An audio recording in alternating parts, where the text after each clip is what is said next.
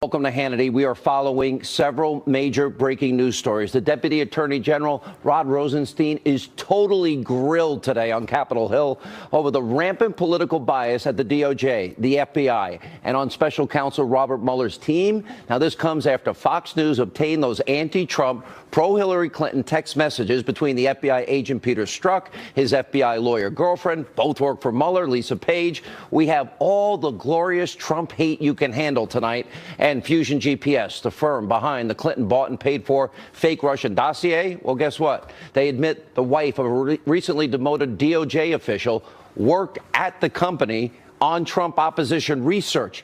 This can't be in a novel anymore. You can't make it up. Also, Republicans reach a tentative deal on taxes. Big win for President Trump. And also, tonight, we'll get my take on the Alabama special election. You won't hear this anywhere else in the media. And by the way, Anderson Cooper's dog ate his homework. First, tonight's breaking news opening monologue. All right, the fallout continues over new examples of political bias, one after another, coming from the Department of Justice, the FBI, and from Robert Mueller's merry band of Democratic donors. Now, Fox News has obtained some of the text messages between that FBI agent, you know, the one that's involved in everything, Peter Strzok, and his FBI lawyer girlfriend, Lisa Page. They are full of all kinds of examples of Trump bashing. We're going to show you the actual messages in detail in a minute. But first, as you can imagine, the massive conflicts of interest, the political prejudice now being exposed in America's justice system has Republican lawmakers finally waking up and demanding answers. GOP congressmen, they wasted little time today in questioning the Deputy Attorney General, the guy that appointed Mueller, Rod Rosenstein, on Capitol Hill earlier today. This is a classic, epic. Take a look. We are now beginning to better understand the magnitude of this insider bias on Mr. Mueller's team.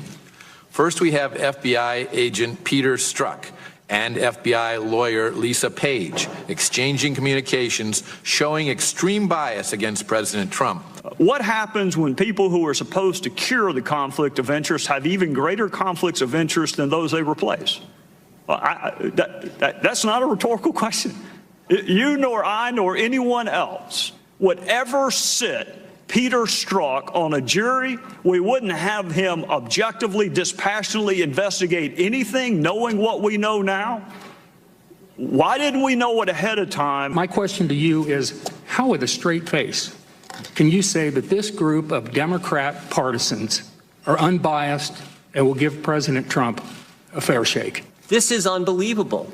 And I'm here to tell you, Mr. Rosenstein, I think the public trust in this whole thing is gone. So it seems to me you got two things you can do. You're the guy in charge. You're the guy who picked Mueller. You're the guy who wrote the memo saying why he needed to fire Comey. You're the guy in charge. You could disband the Mueller special prosecutor, and you can do what we've all called for. Appoint a second special counsel to look into this, to look into Peter Strzok, Bruce Orr, everything else we've learned in the last several weeks. All this sound familiar? It should. You've heard it here first. We've been doing this now for months. Now, despite today's grilling, Rosenstein, he remains defiant and actually defending Mueller and his team of Clinton lovers and Trump haters. Pretty unbelievable. Watch this. I think it's important to recognize that when we talk about political affiliation, that all demonstrates political affiliation. The issue of bias is something different. I've discussed this with Director Mueller, and he and I collectively have a lot of experience managing offices in the Department of Justice. We recognize we have employees with political opinions, and it's our responsibility to make sure those opinions do not influence their actions. Pardon me. And so I believe that Director Mueller understands that, and that he is running that office appropriately, recognizing that people have political views, but ensuring that those views are not in any way a factor in how they conduct themselves. I don't know exactly what the president meant by that, Congressman. The special counsel's investigation is not a witch hunt. There's one problem. There's only one opinion. It's pro-Hillary, anti-Trump. There's a mountain of evidence now showing this bias among Mueller's investigators, yet Rosenstein pretending like he's the only person in America that doesn't see it. See no evil, hear no evil. What's happening? This is a direct threat to the rule of law in this country. Rosenstein is aiding and abetting that threat.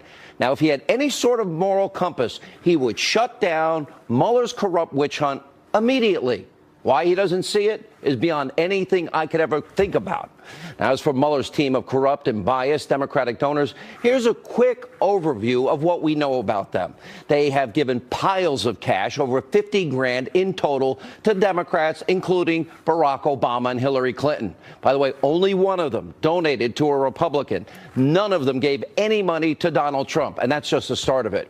One of Mueller's top investigators, Jeanine, she worked closely with Eric Holder, remember him, and represented the Clinton Foundation during the 2015 racketeering case. If I wrote a novel or a movie, you wouldn't believe it. And then there's Mueller's top prosecutor. Yep, there's his guy, Andrew Weissman. He oversaw that highly controversial obstruction of justice case. Remember Arthur Andersen, the accounting firm, Enron? It destroyed the company. They were put out of business. Tens of thousands of people lost their jobs. 2005, the Supreme Court overturned Weissman's conviction 9-0. A unanimous ruling. And as part of the Enron investigation, Weissman also sent 4 Merrill Lynch executives to jail. Big problem. That conviction was also overturned by the 5th U.S. Circuit Court of Appeals. And Weissman, well, he's been accused of doing just about anything to secure a conviction. Let's see, withholding exculpatory evidence and intimidating witnesses, just among the few charges. And last week, Judicial Watch released an email where Weissman told the former acting Attorney General, Sally Yates, how proud he was of her after Yates defied a direct order from her boss, the President of the United States, and refused to defend the travel ban. Wall Street Journal is reporting that Weissman attended Hillary Clinton's election night party. Wow. Now, finally, there's the Trump-hating, Clinton-loving FBI agent Peter Strzok. He's involved in everything. Now, Fox News has obtained exclusively the anti-Trump, pro-Clinton text messages between Strzok and his girlfriend, Lisa Page, also someone that worked for Mueller. Before we show you the text messages, here's the backstory. Now, this guy Strzok used to be a top counterintelligence official before being demoted and actually signed the document that started the entire Russia-Trump so-called investigation. Strzok's team was assigned to handle the anti-Trump dossier when it was first given to the FBI.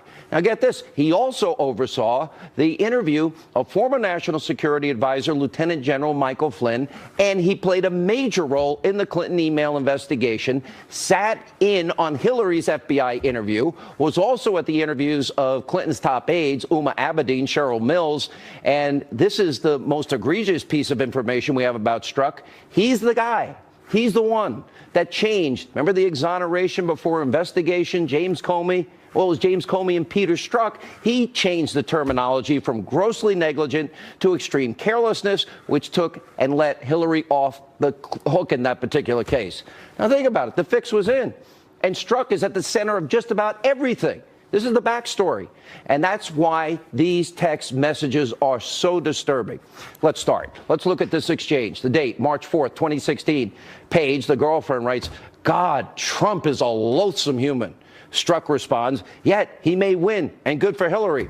And Page says it is. And then Strzok asks, would he be a worse president than Cruz? Page follows up, Trump? Yeah, I think so. And then Strzok replies, oh, I'm not sure. And then adds, oh, my God, he's an idiot. Page adds, he's awful. Strzok then says, America will get what the voting public deserves. That's you. And Page finishes with, that's what I'm afraid of. Later the same day, Strzok writes, God, Hillary should win 100 million to 0. Page says, I know. Well, that conversation continues when Page says, what? Poor Kasich. He's the only sensible man up there. Strzok follows up with, he was pretty much calling for the death of Snowden. I'm a single-issue voter. Espionage machine party. And then Strzok adds, exactly regarding Kasich, and he has zero appeal. Then in June, Strzok writes, they fully deserve to go and demonstrate the absolute bigoted nonsense of Donald Trump. And he adds, truly. Later that month, Page texts, really, really like Joe Biden. Strzok responds by saying, opened on Trump? If Hillary did, 5 field offices would. Wow, rule of law. In July, Page texts, and wow, Donald Trump is an enormous, expletive. I can say it, but children may be watching. And in August, Page writes, Jesus, you should read this, and Trump should go bleep himself. And Strzok responds, God, that's a great article. Thanks for sharing. And bleep Trump. Now, Strzok even bashed Trump supporters, writing, quote, "Just went to a Southern Virginia Walmart. I could smell the Trump support." And Paige, his girlfriend, replies, "Out to lunch with," well, redacted, "and we both hate everyone and everything." And then she adds, "Well, just riffing on the hot mess that is our country." Strzok ends by saying, "Yeah, it's scary, really, down here."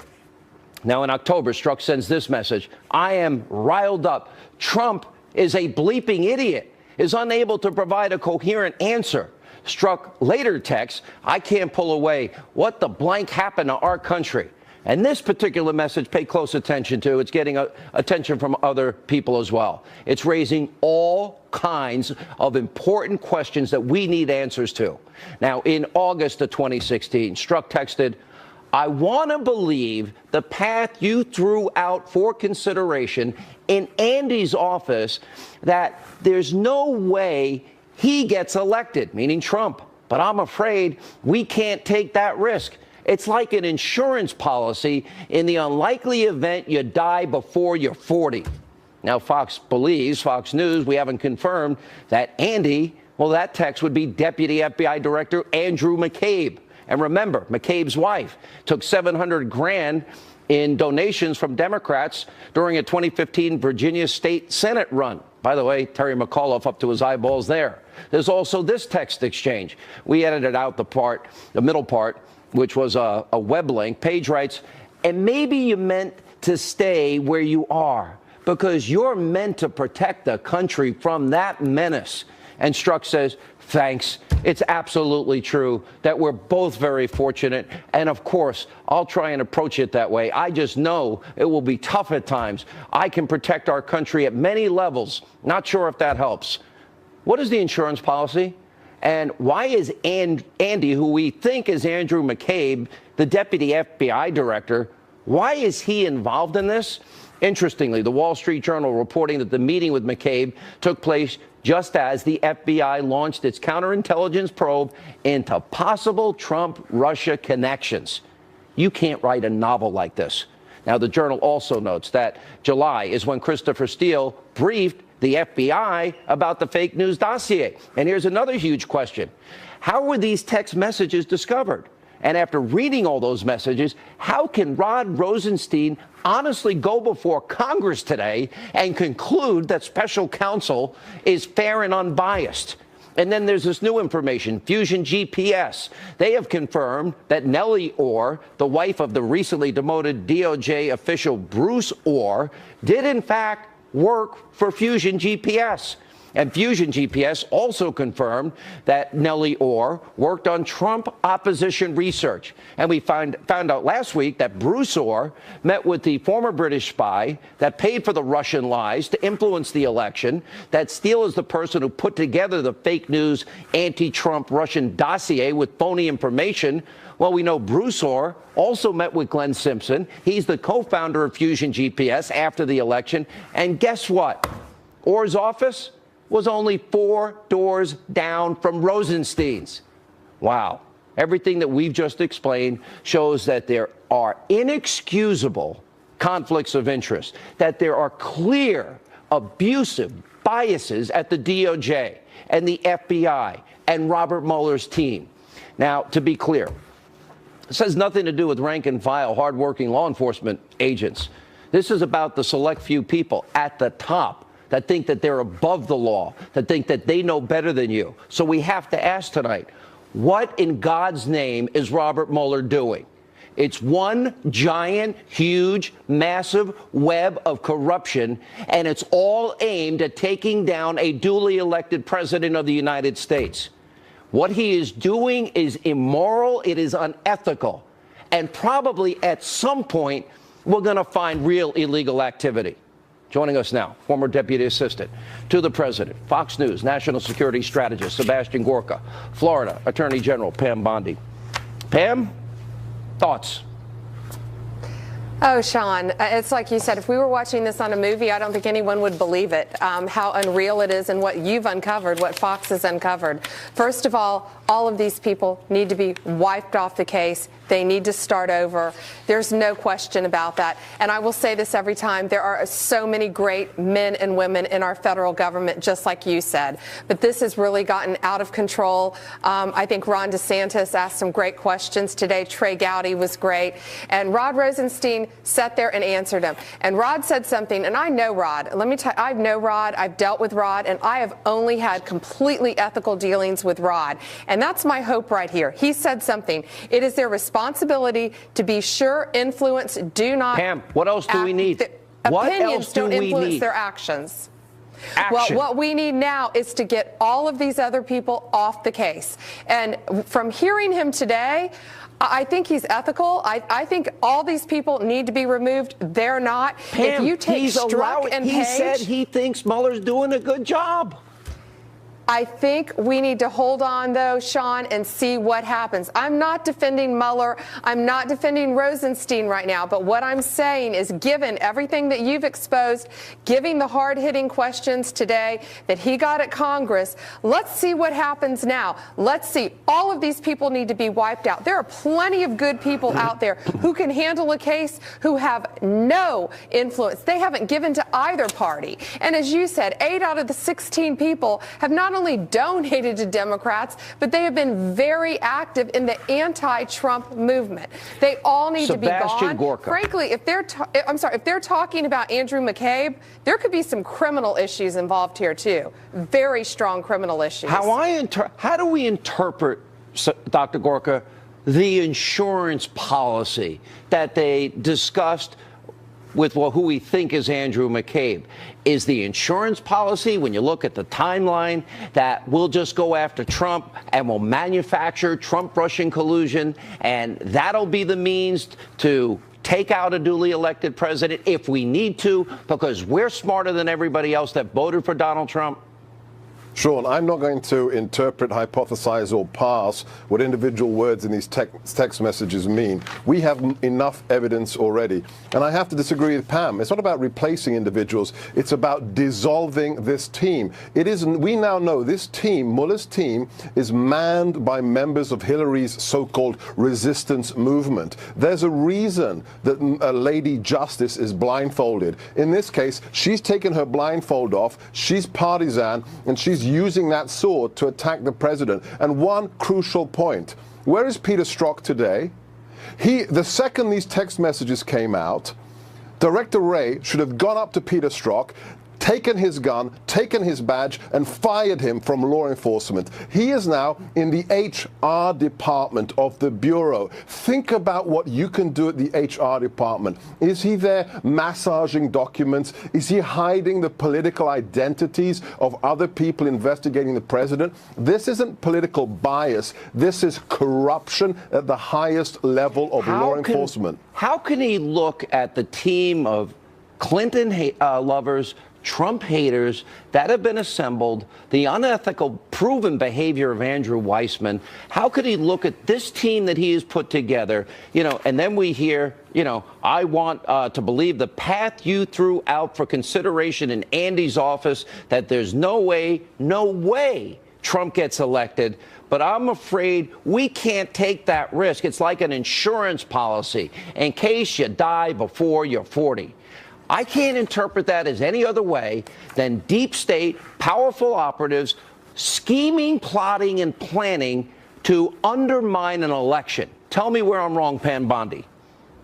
No, and Sebastian, you used much better words than I. That team they need to be dissolved and they need to be investigated. I guess I'm holding out hope that Rod Rosenstein, after listening to him testify, that he is having that entire team investigated. Pam, why doesn't he see the team? I can tell you, Sean. I hope he sees it, and I hope they're being dissolved. And I hope we see very soon, and dissolved is a much better word, Sebastian, that this team needs to be wiped out. Let me give you one example. I agree with that. Comey and Strzok, they're the two guys that exonerated Hillary Clinton. We now know on the email server investigation, they exonerated her before the investigation. Now, that sounds like obstruction to me. They're corrupt. They're corrupt. Gorka? Comey is corrupt. Strzok is corrupt. I know Rod Rosenstein. I've met him. He is a quintessential bureaucratic survivor. He is going to skate along trying to make everybody happy, but he's not going to change the fundamentally corrupt nature of this team. Even Mueller himself, he's a Vietnam vet. He's got a sterling record, but maybe he's just utterly tone deaf. You cannot have 10 people that are absolutely in the tank for Hillary investigate the Republican president who defeated Hillary. I gave you the one example. I'll give you another example. What about the dossier? How is it possible 4 doors down from Rod Rosenstein is a guy by the name of Bruce Orr? He's meeting with Fusion GPS as this is all going on. His wife is doing anti-Trump research for them. 4 doors down. Now, Trump-Russia collusion. How about Hillary paying for Russian propaganda lies that were used in a campaign to influence the American people? Is that collusion, Pam? Absolutely. Absolutely. But you can't blame Rosenstein just because his office is 4 doors down. And again, I'm not defending him. I'm saying I'm hoping he's going to do the right thing. I know him. I've worked with him. All of these people, I agree, need to be dissolved off this investigation. And he said we're going to be seeing something very soon. And that's what I'm hopeful we're going to be seeing, because he's supervising Mueller. This is worse than Watergate Rosenstein. on a million levels here. I agree. By the time we untangle this massive web of corruption, it will be worse than Watergate. It will be Watergate on human growth hormone and steroids combined at massive levels. It's a banana republic. And you're the one who had to untangle it, Sean, not the federal government. That's sad. The shame of it. And the media is nowhere to be found. They're still locked into a 1-year investigation with zero evidence. That's how pathetic they are. I doubt we would have had today's hearing without you, Sean. No, That's how bad it is. A lot of Sarah Carter, John Solomon, and some of our colleagues here at Fox, Catherine Herridge and others. It's literally a small group, and all of you. Thank you. All right, when we come back, Harvard Law professor Alan Dershowitz. He's been amazing on this issue. He'll talk about Rosenstein's testimony, Peter Strzok's anti-Trump text messages. I also, mini monologue tonight, I'll give you my thoughts on the special election in Alabama. You won't hear this anywhere else. Oh, and also tonight, CNN's Anderson Cooper. Dog ate his homework. Trust me, you won't believe it. Straight ahead. Now, with reaction to my opening monologue on Deputy Attorney General Rod Rosenstein, his testimony today on Capitol Hill, and the corruption that is within Mueller's special counsel, author of the book, Trumped Up, How Criminalization of Political Differences Endangers Democracy. Harvard Law School professor Alan Dershowitz is back with us.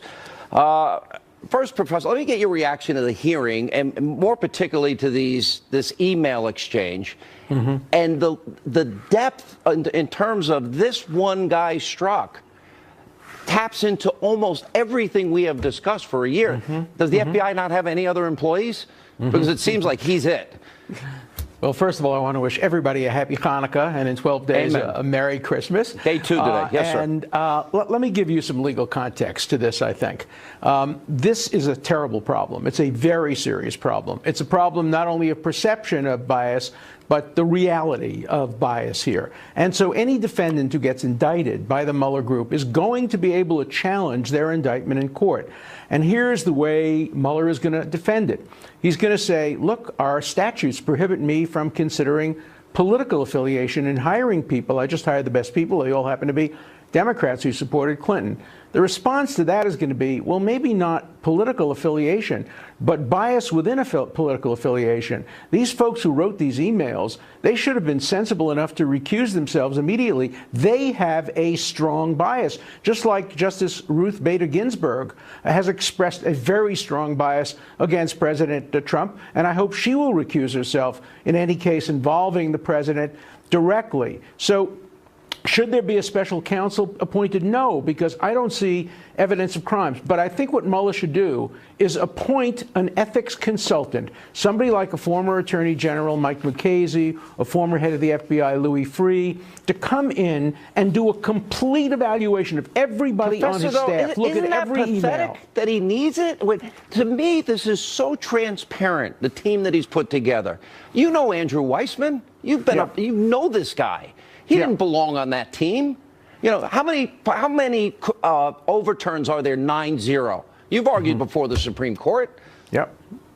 It's a very good question. Andrew Weissman has a reputation of being an excellent, very tough, somewhat zealous lawyer. I didn't know anything about his political affiliation. I actually had a case against him not so long ago. He's very, very good. He never should have sent that email congratulating Sally Yates. Sally Yates should not have been congratulated. Well, I wrote an op-ed piece saying when you're the acting Attorney General of the United States, you enforce the law. How about withholding exculpatory evidence?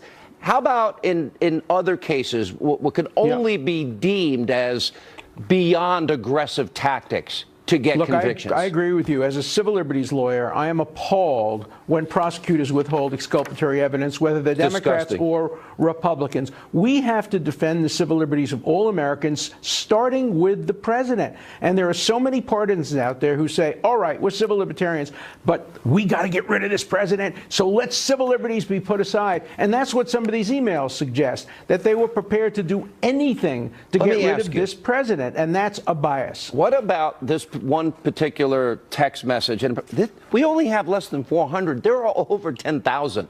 Can't wait for the rest of them. But I want to believe the path that you threw out for consideration in Andy's office. I believe they're talking about McCabe. Personally, it's a guess. I haven't confirmed it. That there's no way Trump gets elected if we follow that path, is what they're saying. I'm afraid we can't take that risk. It's like an insurance policy in the unlikely event you die before you're 40. That's chilling to me, that email. It is, and I think there has to be an investigation of that, but I don't want criminal investigations. We should start with ethics investigations, congressional investigations. I always suggested a nonpartisan commission like the 9/11 Commission, but when you start with the special counsel, you're immediately saying there must be crime here, and I think that's wrong on both sides. So I'm opposed to the Republicans' call for a special counsel, just as I was opposed for the appointment of Mueller as a special counsel. We have to get the criminalization out of our system and start looking simply to learn the truth. And we have to find out everything we can about any bias of anybody in the Mueller probe. Otherwise, it's simply not going to have credibility, and it's going to be subject to challenge by any criminal defendant who was indicted by this special counsel. All right, Professor. Love your keen intellect, and people want to have some fun following you on Twitter against Lawrence Tribe. It's a bit of an intellectual As you know, trip. I challenged him to a debate, and he said, well, maybe in May. Well, you know, seize the day. Let's have a debate now. I will tell you, Professor, I will give you 2 seats here on my set. Great. And it will be an open debate, and I'll stay out of it. How's that? Full hour. I accept. One-on-one. You got it. All right, coming up next, I'll give you my thoughts. The media is so wrong on what happened last night in Alabama's special election and what the media will never tell you. Also, Kellyanne Conway is here tonight. And later, well, let's just say Anderson Cooper's dog ate his homework. I'll explain. It's pretty profound. Straight ahead.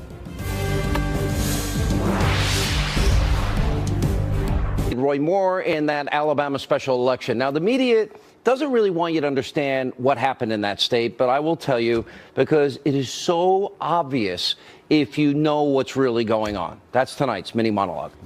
All right, now, because President Trump is so hated by the left, the Destroy Trump media, mainstream media, they're trying to blame Trump for Roy Moore's loss last night. This is pretty predictable. They blame him for everything. If the dog bites, if the bee stings, if you're feeling sad, it's all President Trump's fault. I've told you this before in the program.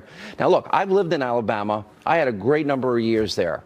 I've known Congressman Mo Brooks since 1990. He used to fill in for me on my radio show. So when the primary race to fill Jeff Sessions' open seat began, I endorsed Mo Brooks. Here's what I said at the time on my radio show.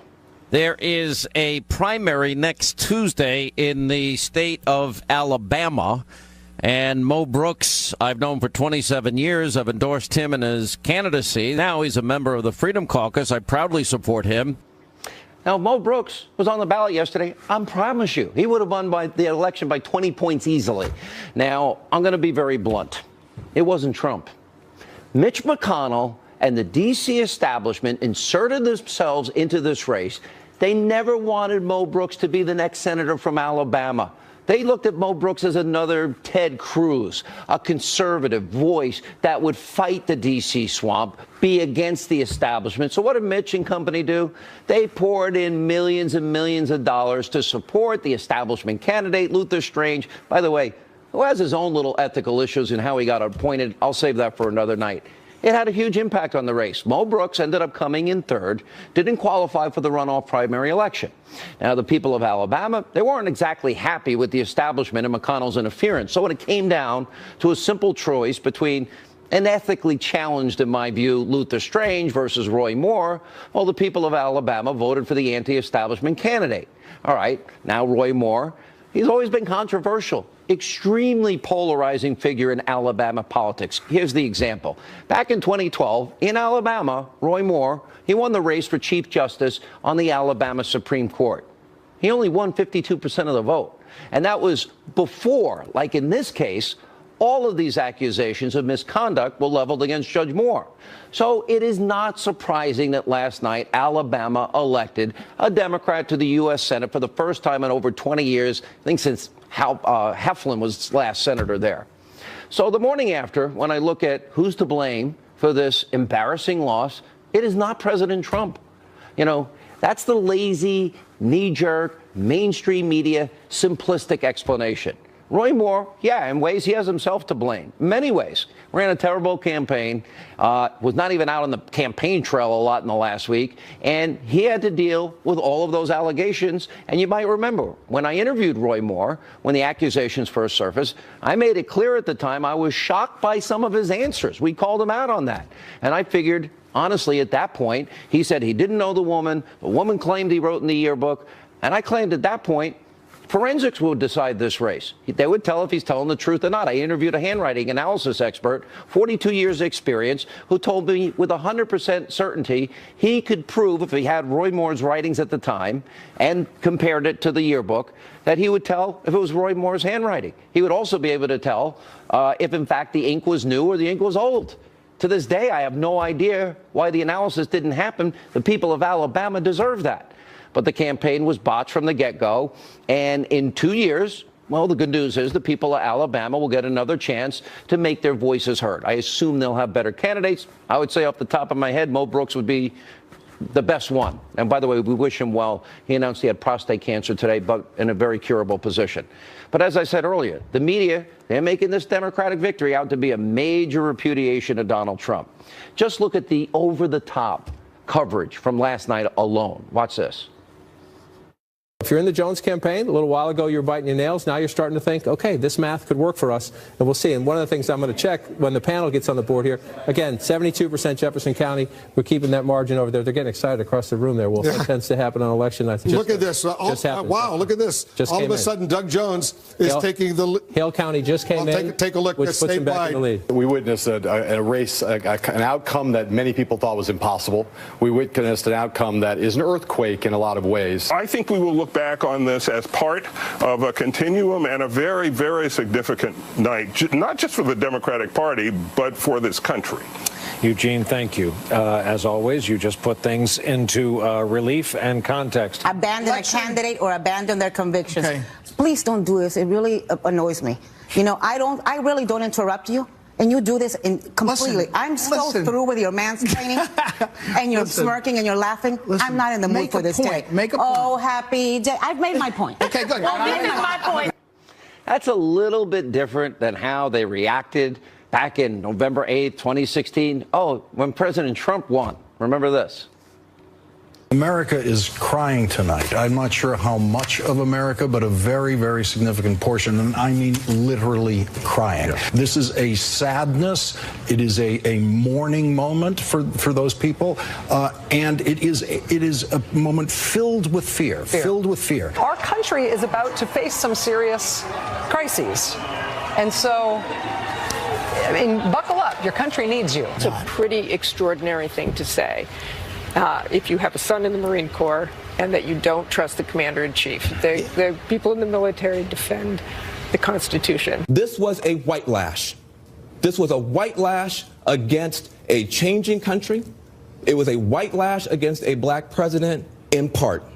Told you in 2007, journalism's dead. There's the glaring double standard. Shouldn't surprise you. According to a new study, Media Research Center, guess what? 90% of the coverage on the three big networks, ABC, NBC, CBS, from September to November about President Trump, well, 90% negative. And despite all of that, the president continues to stay focused. He's working hard. He's pushing his agenda through. The economy is still soaring. We look much better on the world stage. And today, he made his argument in support of the GOP tax plan finished.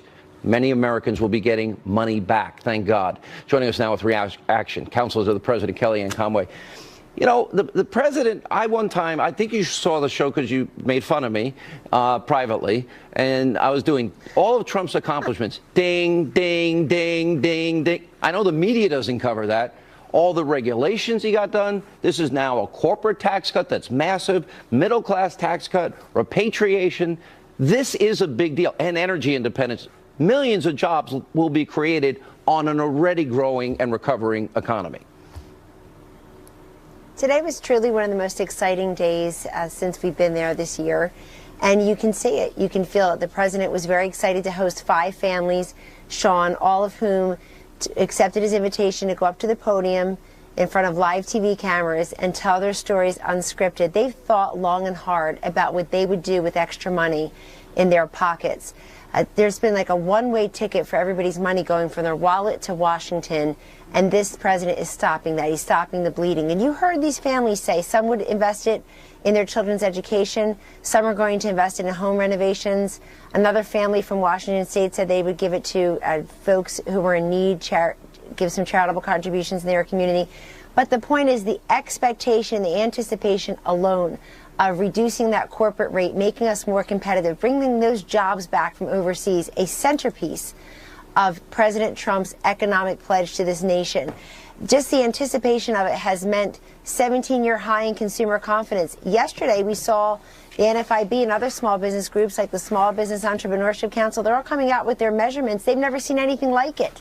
So we're on the verge of passing historic tax reform. And the president said something else important today. He said that people would start seeing the difference in their paychecks in February. When you file your taxes by April 15th next year, you will have seen the difference in your paychecks. He is the paycheck president. Let me ask you, Kellyanne, you saw what happened with Rosenstein today. You've heard me lay out the whole narrative with Strzok and his girlfriend, Lisa Page. You got Andrew Weissman. You got all the Democratic donors. You got the exoneration before the investigation. The dossier, and then you got Bruce Orr's wife, Fusion GPS. Hillary paid for Russian propaganda to influence the election. You put all this together and you look at where we are. Where are you on all of this? Because I know where I am. This is the most corrupt I've ever seen things at the top. The deep state is alive and well, and they've been working overtime to hurt this president day in and day out. The president has made very clear many times, Sean, that he has a great deal of faith in the rank and file at the FBI and other intelligence agencies and many of the hardworking men and women in his government. At the same time, we always want investigations to be independent, to be fair, to be transparent and accountable. And Americans have a right to feel disturbed by what they see, not what's being spun to them, but what they see in text exchanges, what they see in terms of people's political motivations and predilections. So I'm glad the information evidence is getting out there. But from my perspective in the White House, it shows you the split screen of what's going on. You see all of that, this hovering investigation about 2016, and we're back to the Clinton campaign and all this. Again, we just can't get rid of them somehow, some way. I'd love to. But you see the split screen. You have the president, Donald Trump, standing there today on the verge of tax relief. And by the way, he also is doing something else tomorrow. He's going to be talking about massive deregulation. There's an op-ed by Naomi Rao coming out in the Wall Street Journal. Yeah. It's huge. But he's announcing tomorrow so people understand. He promised two regulations out for every new one in. He's way ahead. He and his agencies are way ahead of that, saving you billions of dollars as taxpayers. Kellyanne, always good to see you. And by the way, if I don't see you, have a Merry Christmas. You can say Merry Christmas again. The president said Merry Christmas. All right. Merry Christmas. Merry Christmas to everyone. Happy Hanukkah and happy blessed New Year to all. Amen. When we come back, Greg Jarrett, Tommy Lahren are next. And also, apparently CNN's Anderson Cooper, His dog ate his homework.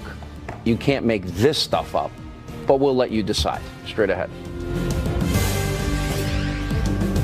All right, welcome back to Hannity. Joining us now, Fox News contributor Tomi Lahren, Fox News legal analyst Greg Jarrett. Let's go back to my opening monologue. Let's start there. I want to put your legal hat on for a second. I am stunned. This, to me, is bigger by far than anything that came up in Watergate. It's clear there was a nefarious conspiracy by the FBI and the Department of Justice to elect Hillary Clinton and defeat Donald Trump. When it didn't work, the conspirators launched their Plan B, which was a fraudulent investigation of President Trump into crimes which don't exist under the law. So this is the deep state, as you've often referred. The deep state is a group of partisans who have been together for 20 years. All these guys are thick as thieves. They conspired to unseat and undo the election, unseat the president and undo the election. Plan A was exonerate Hillary Clinton. That didn't work. Plan B was to... oh, wait a minute. They did exonerate her. Well, they exonerated without her, an investigation. but it didn't lead to her ascendancy to the presidency, which was their goal. Which was the plan. The emails prove it. Look at the emails. The most telling email of all is the email in which Strzok's lover says to him, "You were meant to be in this position to save the country, to save the republic." And he was part of the exoneration. He totally was part of the... Tommy, let me bring you into this. We cover a lot of corruption. I want to be clear. I love the FBI. I love law enforcement. I have a Secret Service pin on. I'm thankful that we have the powerful tools of intelligence. I am worried, and I think, you know, you're a little younger than Greg and I. You've got to be worried about the future of this country for your generation and future generations if the rule of law is thwarted like this. Well, absolutely, I am. But the question isn't if there's political bias here. The question isn't if they're trying to destroy President Trump and his administration. It's why. Why are you doing this to try to take down this president that's doing great things for the American people? Why are you doing this to the supporters that voted for him, for someone that's going in and actually making real change? Why are you trying so hard to take him down? That's my question. I find it sick and disgusting. Those are all great questions. Greg. It was always a myth that collusion in a political campaign is a crime. It's not. And there was never a scintilla of evidence that President Trump engaged in some collaboration with the Russians. So this was all manufactured. It was invented by the FBI and the Department of Justice. And now we know why. Because they hated Trump. They loved Hillary Clinton. They were trying to elect her, and they were trying to defeat him. And when it didn't work, they went about to Plan B. Plan B. Yeah, Plan B. Plan B is... manufactured by the deep state. Right. Let's just say there's a crime, and then we'll search in vain for a crime. And so now that we know there's no collusion in the political campaign, the question is, was there collusion in the transition? No, that's not a Logan Act violation. That dossier was used as the predicate for that Pfizer warrant. Let me go. Tommy, what's your reaction? All this information is ignored by the mainstream media. Of course it is. And here's what also frustrates me and should frustrate the American people. Look at how much we're spending for this independent investigation. That's our hard-earned dollars that are being spent on this crap. And that should anger every American. I don't care if you're a Republican, a Democrat, independent. I don't care what color you are. That should anger you. And all this stuff coming out should anger those in the mainstream media as well. But, oh, imagine that. They're silent. Good to see you both. When we come back, Anderson Cooper is in hot water. His dog ate his homework. Straight ahead.